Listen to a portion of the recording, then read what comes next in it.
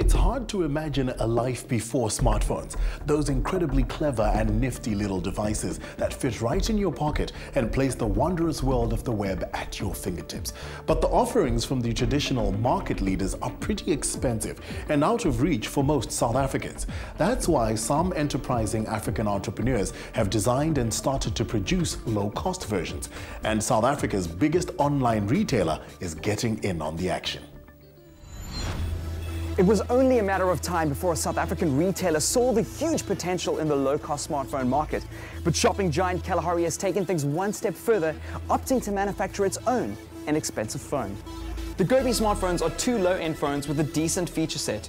The Gobii 2P starts at just under R1,000 and boasts a 4-inch touchscreen, dual-core processor, and 4 GB of storage that's extendable to 36 MB with an SD card. That's not all that impressive, but once you start throwing a 5-megapixel camera on it, then it looks a whole lot more attractive for its price. But will it sell? So as an online retailer, what motivated Kalahari.com to get involved in the mobile phone, or specifically the smartphone market, was the increasing trend towards smartphones that we're actually perceiving in our own business. And for so many people, it's their only actual means to access the internet, which is an important kind of human right almost at this point, to be able to have that voice piece, to be able to actually go out there and say your say. So we felt that it was really important that we actually get involved in that, help facilitate it, and actually grow our industry at large through putting a device out there that would help people. There is a slightly higher-end device. The Gobii 4P has a slightly larger 4.5-inch screen, has a quad-core processor, 8 gigs of onboard memory, and is expandable to 40 gigs with an SD card. Both devices have dual SIM slots, which allows you to put in both a phone SIM and a data SIM, saving you on internet costs.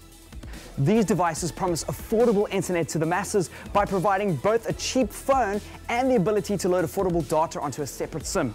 It's a great idea in theory, but what does the average consumer think about it? R1,000 for a smartphone, definitely something I would buy.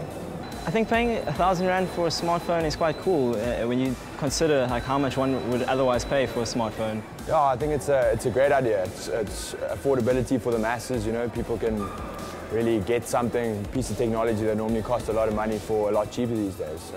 For its size, it's quite sturdy, and even the buttons feel like they have remarkable quality. It's running Android Jelly Bean, so I found it very easy to use. It's very familiar. It's refreshing to use a phone that's so bare bones, but it might frustrate you later when you really want that new upgrade to KitKat. Look, it's not an iPhone, an Xperia, or an S5, but it also doesn't come with a break-the-bank price tag either. And these phones really offer bang for your buck, giving you access to the same basic features as their more expensive counterparts, and opening up the joys of the smartphone market to a whole new audience.